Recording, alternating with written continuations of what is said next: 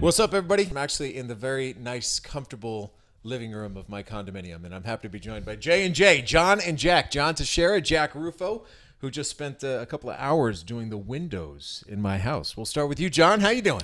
I'm doing well. How are you, Tom? I'm good. I appreciate you guys coming over. Jack, it's been a while since you threw BP to me for one of my features at Fox 25. You're very big now, but I'm still appreciative of that and also the work that you did today. How you been? Thank you. It's been good.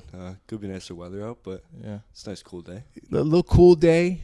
We're actually doing this right as the class of 23 is graduating, so we're watching a live stream of that. And you guys are not too far removed from graduating from Westwood High School. Not at all. Take me back a little bit, how you met each other, what your experience was like through high school, and now you've parted ways, but yet you're back together doing this project, JNJ Cleaning, right? What's the official name of the building? JNJ Cleanings. JNJ Cleanings, the official name of the business. So, Jack, you first. Take me through kind of your history of you and John. Yeah, me and John have always played baseball together since Little League. I was always a pitcher, and John was my catcher. So growing up through Little League, middle school, Babe Ruth, high school, he's always the guy. And then luckily we didn't go to college too far apart, so we keep in touch. So did you grow up here your whole life? Yeah, I did. I lived in Hyde Park. That's where I started originally until I was like 4, but I started kindergarten here. And then I met Jack when summer ball originated, basically. Or that's when we became What was it, like closest. What? Third grade? Third Fourth grade, All yeah. right, so you weren't in the same elementary school. Where'd you No. go to elementary school, Martha Jack? Jones. Yeah, and I was a Downey guy. Okay, so- that's what happens in this town. You know, a lot of times guys don't connect until you get to middle school, unless you do play the sports. And so you guys got connected through baseball. So take me through. You got a good baseball story? I mean, what's the best baseball story you guys share together? I think down at Sandwich, there's always the Sandwich All-Star Tournament every year. Yeah. Always the A team on the travel team over the summers got to go. But Jack and I were always on the same team, and we go to the Sandwich Lodge, this rundown, hole in the wall, like a motel almost. But it's just a blast down there. You're 9, 10, 11, 12 years old is when you're playing Little League, and the whole team's there. We're playing manhunt until all hours of the night. We got thrown out of there. Yeah, the last year we actually, that's a great memory. We weren't allowed back to stay. We went on the roof. Yeah, we went on the roof of the motel because, we're stupid kids, and we were playing manhunt, I think. And then the owner's son, he used to ride his bike around like late at night because it had like the spokes would light up on the bike, and he saw us up there, told his mom, and she was like, you guys can't come back next year. You're out. Well, that's a nice precursor to what you're doing now, because I was a little fearful for a couple of seconds as you were literally up on my roof doing the windows. Oh, yeah. So before we get into the business, J&J Cleaning, you both just finished your sophomore years in college, right? So you're at Bentley. And you are at Stonehill. Okay, so close enough that, obviously social media and texting keeps you close together, but I'm sure you guys stayed in touch throughout your college semesters. But what gave you the idea to start this business? I know you're at a school that's very entrepreneurial. Yeah. Well, me and John are both finance majors, so we both do business. But it was just that past 2 years we've always worked together. We've been working at golf courses, which is like, wake up at 5 in the morning, work from 6 to 2, rain or shine. So the labor there is kind of hard, and we'd rather do it by ourselves now, work on our own hours, and we were making more. So Yeah. I think part of it was also, working on the golf course, we learned a lot, like just hard. It's hard work. It's like a lot of labor out there, and it can get really hot. Obviously, we're working throughout the summer. And I think we realized we were like, all right, we know how to work now. We know how to work hard. So why not try something on our own and see if we can make something happen?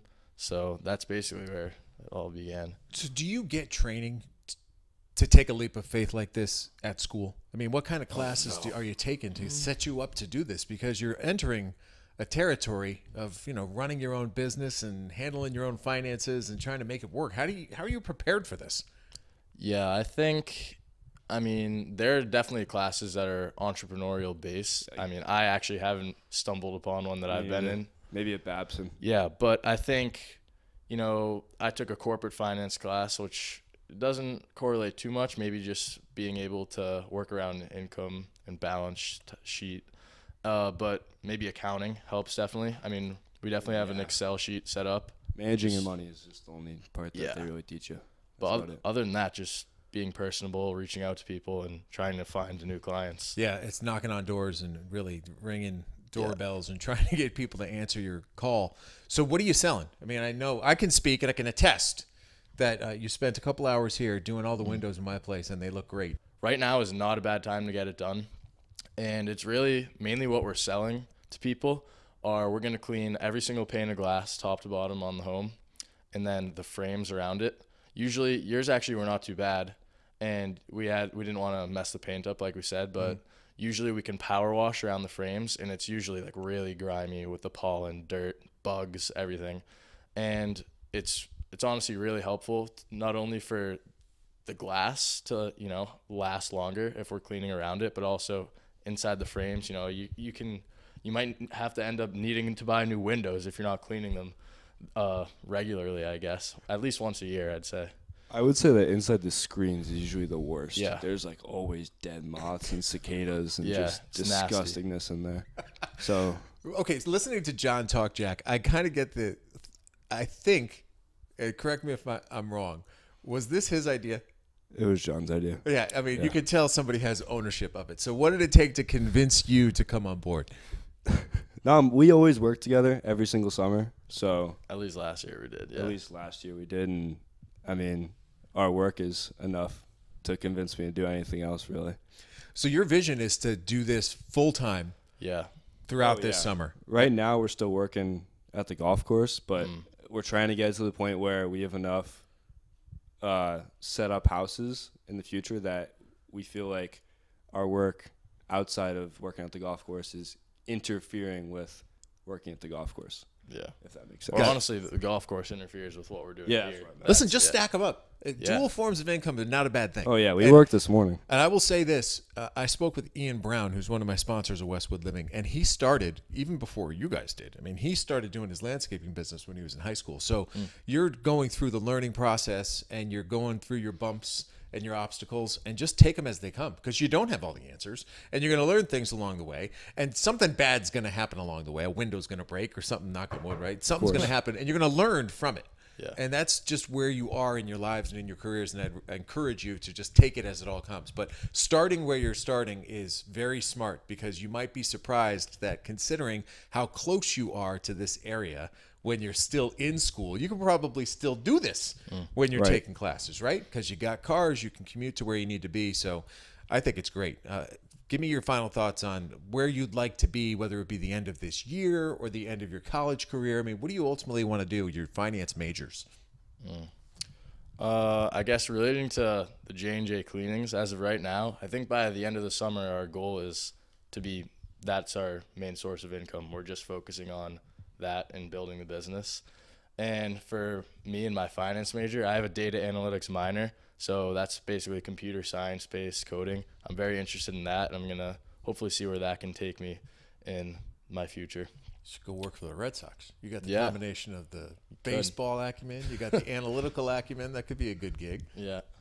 Dude, how about you, Jack? Do you know? I would say in terms of cleaning, I would like to at least have a stable source like restaurants that we could do every week. We're going to start doing the Muffin House and hopefully get the other places around there like Neroli's, and we just went to that new place, Pliables. Yeah.